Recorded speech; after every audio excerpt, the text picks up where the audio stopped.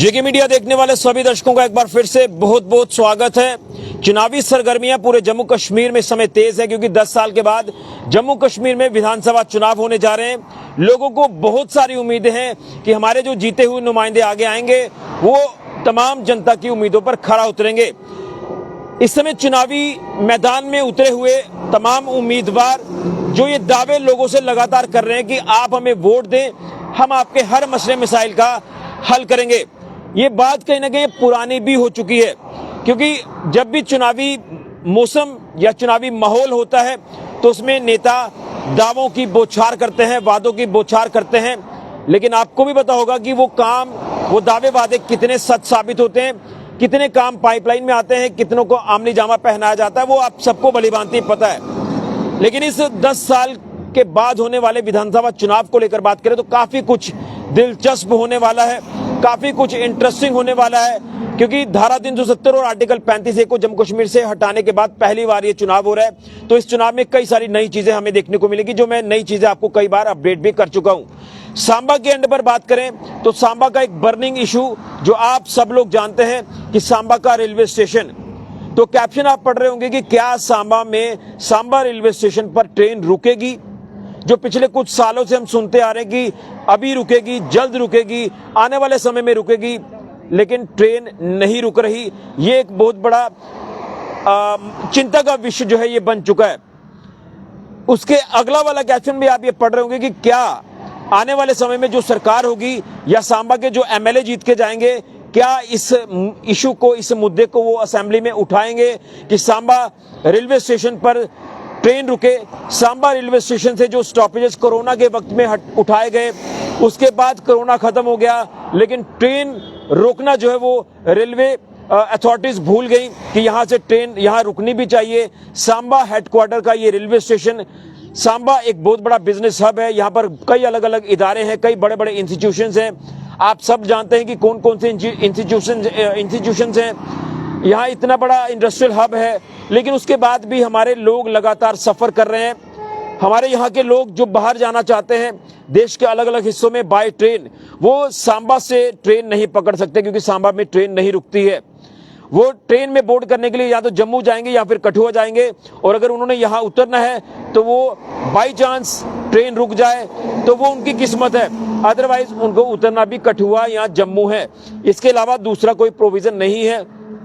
इसी के साथ जो बॉर्डर के लोग हैं, जो पास की सुविधा लेकर ट्रेन का सफर करते थे, उनके नजदीक ट्रेन जो है वो रुकती थी उनके इलाके में, अब आज के वक्त में उनकी भी जेब ढीली हो रही है क्योंकि वो पहले सांबा आते हैं, वहां से बस पकड़ते हैं, फिर अपने अपने गंतव्यों की ओर पहुंचते हैं, अपने अपने काम पर जाते हैं।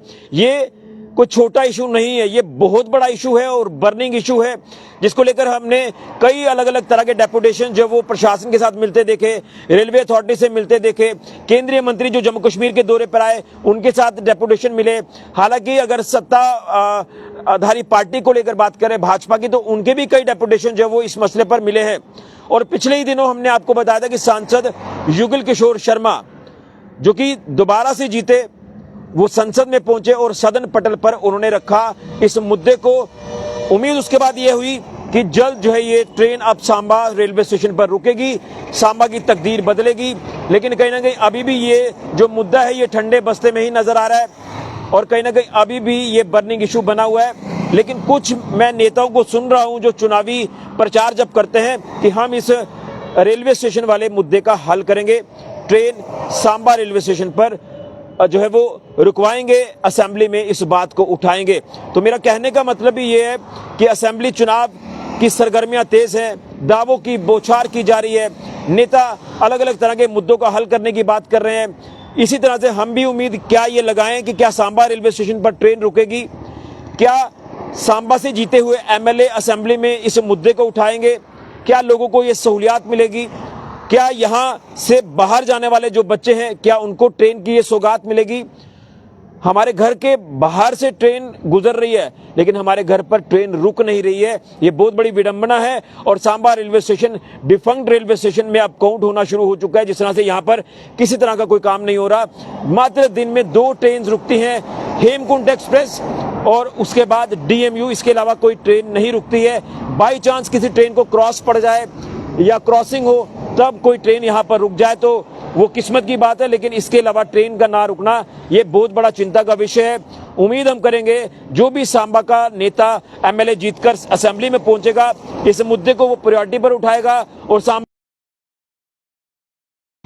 तो थोड़ा सा नेटवर्क का इशू आया है, तो मैं यही कहूंगा कि आप जिस तरह से आने वाले दिनों में ये जो चुनाव होने जा रहे हैं, तो अब देखना यह है कि क्या सांबा से जीते हुए एमएलए इस रेलवे स्टेशन सांबा के इशू को असेंबली में उठाते हैं, इसका कितना हल होता है। लेकिन जो सांसद जुगल किशोर शर्मा जी ने भी अपनी तरफ से कोशिश की है, संसद में इस मुद्दे को उठाया, लेकिन उसके बाद भी ये मुद्दा अधर में लटका हुआ है।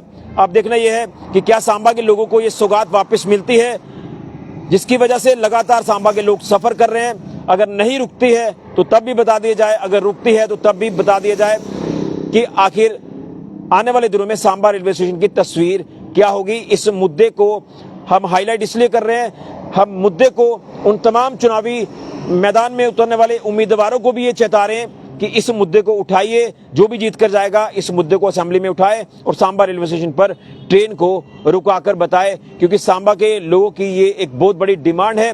ये डिमांड, ये लिया हुआ सामान आपसे वापस लिया गया है, ये इस तरह से हम कह सकते हैं कि कोरोना के वक्त में यहाँ से स्टॉपेजेस को उठाया गया लेकिन बहाल नहीं किया गया।